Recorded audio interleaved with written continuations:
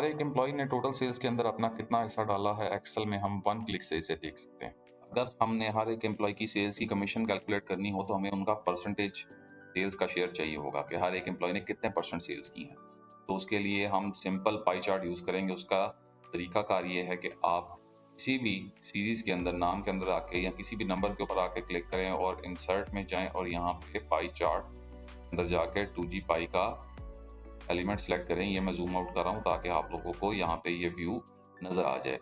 इसके अंदर हम ये करेंगे कि अब हम इसके अंदर यहाँ पे ये प्लस साइन पे क्लिक करेंगे और डाटा लेबल्स के अंदर जाकर हम मोर का ऑप्शन सेलेक्ट करेंगे और यहाँ पे आके हम इनकी परसेंटेजेस और कैटेगरी का नाम सेलेक्ट करेंगे तो हमें ये मालूम हो जाएगा कि जवाद ने 40%, अली ने 38% और तलहा ने 32% सेल्स की हैं।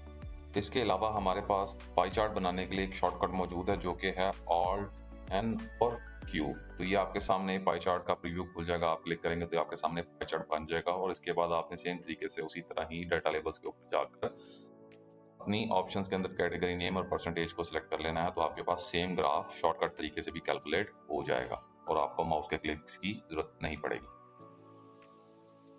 तो दोस्तों इस शीट को आप डिस्क्रिप्शन में जाकर डाउनलोड कर सकते हैं। अगर हमारी वीडियो पसंद आई हो तो हमें लाइक कीजिएगा और चैनल को सब्सक्राइब कीजिएगा। Thank you.